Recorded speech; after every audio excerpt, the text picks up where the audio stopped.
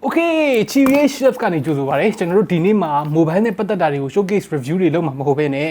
ကျွန်တော်တို့ TBH Labs မှာအခုအသစ်သုံးမဲ့ monitor အကြောင်းကိုပြောပြသွားမှာပါ first impression ပေါ့နော်ပြီးတော့မှ review လဲတက်တက်လာရင်လာမယ်ဗျာဒါပေမဲ့မပြောပြတတ်ဘူးဆိုတော့ history လေးနဲ့နည်းနည်း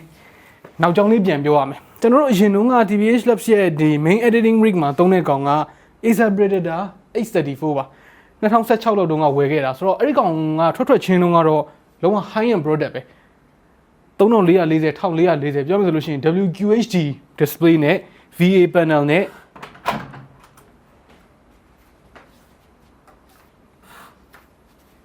Oppo Reno 3 Pro မှာ 64 megapixel power နဲ့ 28 zoom quad camera နဲ့ 108 megapixel quality ultra clear image တွေကိုထုတ်ပေးနိုင်ပါတယ် selfie အတွက် 44 megapixel dual punch hole camera လည်းပါပါသေးတယ် 30 watt VOOC 4.0 နဲ့အမြန်အားသွင်းနိုင်ပါတယ် Oppo Reno 3 Reno 3 Pro clear in every shot 75 Hz ကိုမှဒီကောင်က100 Hz အထိ overclock လုပ်လို့ရတဲ့ကောင်ပေါ့နော်ပြောမှဆိုတော့သူ့ခေတ်တုန်းကတော့ CRE ပေါ့ဗျာအဲ့ဒါအပြင် Nvidia ရဲ့ G-Sync တွေပါတယ်အဲ့ဒီခေတ်တုန်းက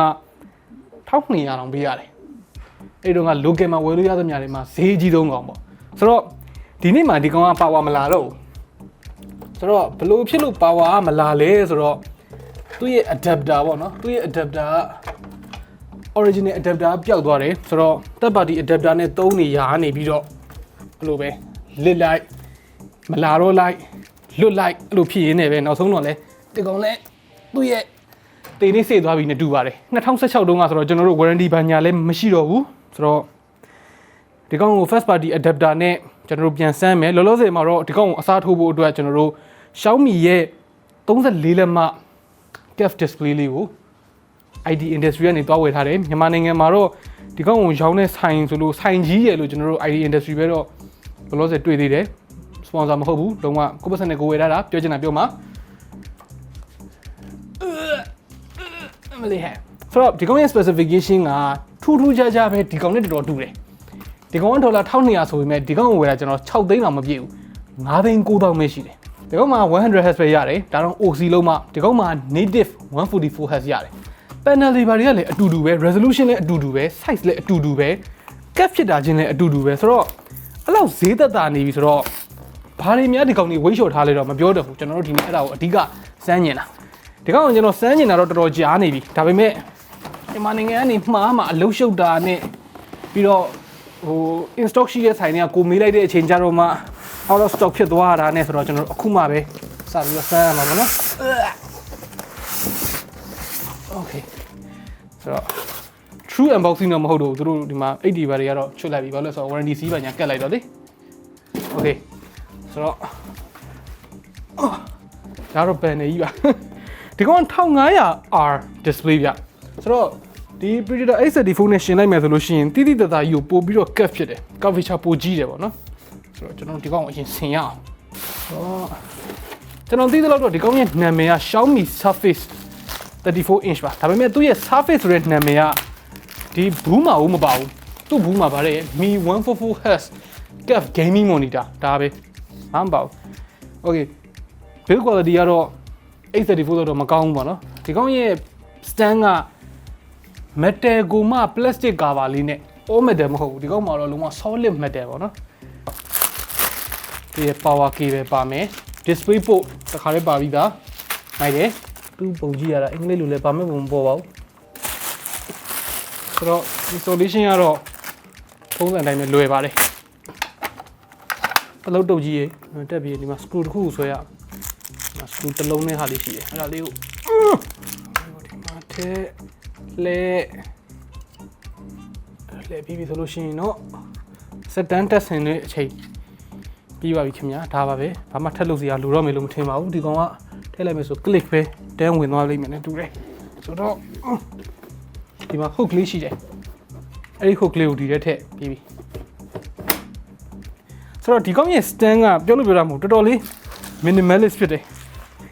အမဲအောင်ဒီကောင်မှာအမဲအောင်နေပြီဘာမှမပါဘူးအရှိဘက်မှာကျွန်တော်တော်တော်လေးသဘောကျတာတခုရှိတယ် Xiaomi logo တွေပါတယ်မပါဘူးမိုက်တယ်သူရဲ့ Xiaomi logo ကအနောက်မှာပါ plastic ကတ်ထားတယ်ကျွန်တော် plastic ကတ်ထားရင်မနေတော့ခွာပြစ်မှရအောင် okay so သူရဲ့ power က Charlie adapter တော့မလို့ what the hell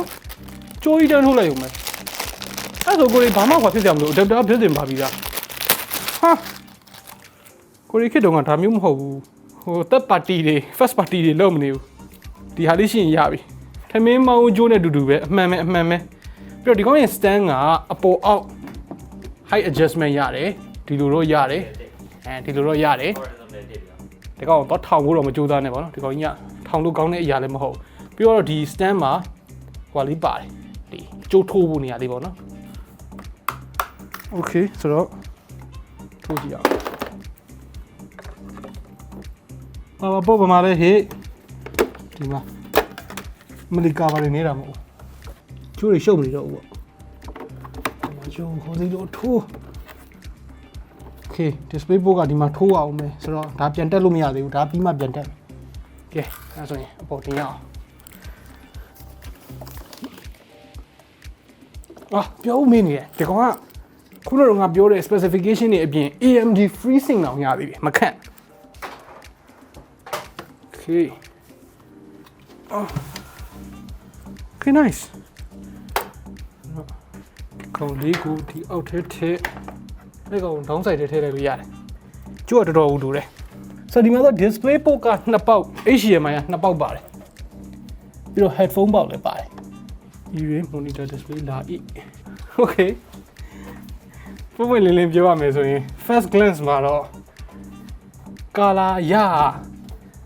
H34 နဲ့တိတ်မကွာလောက်အဲ့ဒါတော်တော်လေး impressive ဖြစ်စီအချက်ဖြစ်နေပြီ display setting တွေကိုတွား advanced 100Hz no bro I have 144Hz now give me 144Hz oh my god monitor တစ်လုံးရဲ့ color accuracy ဘယ်လောက်ကောင်းနေမကောင်းဆိုတာကိုဗီဒီယိုကိုပြန်ကြည့်ရင်အသိသာဆုံးပဲ TBH Labs ဒီကောင်ရဲ့ building ဟိုလေးကဘယ်လိုနေလဲတော့မသိဘူး speaker လေးက mi monitor တဲ့အမှန်တမ်းတော့ထွက်နေပြီဒီမှာတော့မထွက်သေးဘူးဟာတရုတ်လိုတွေလာပြီကိုရေလို့ဘယ်တော့မှလေးပြီးပါဦး translation setting ကိုနှိပ်ရတာတော့ကောင်းတယ်သူရဲ့ခလုတ်နဲ့ဒီ OSD မှာပါတဲ့ဟာနေရာလေနေရာတထထဲကြတယ် color တော့ကောင်းတယ်မဆိုးဘူးရော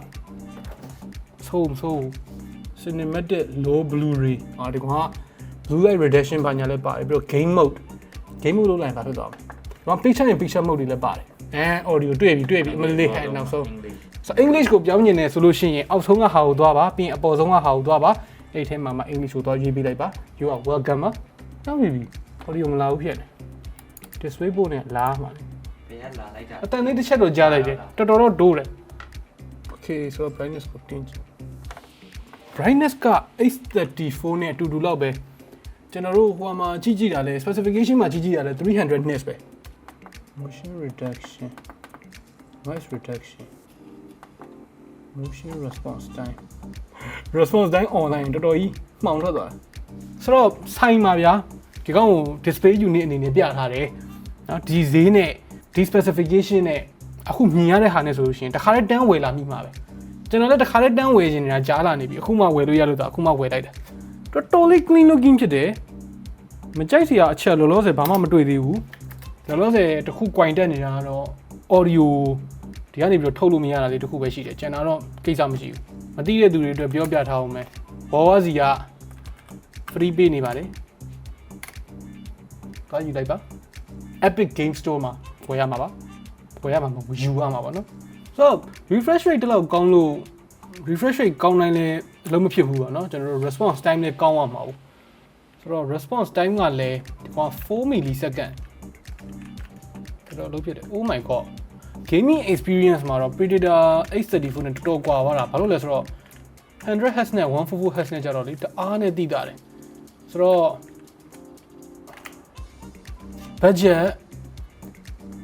ultra wide ဖြစ်ရမယ် high refresh rate ဖြစ်ရမယ် resolution လည်းကောင်းရမယ်ဆိုရင်ဒီကောင်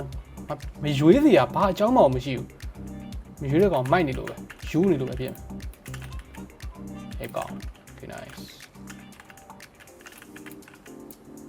okay ကောင်းနေပြီဖြစ်မှာယောအဲဆိုတော့ကျွန်တော်အခုကြည့်တလောက်က light bleed လည်းအရင်မများဘူး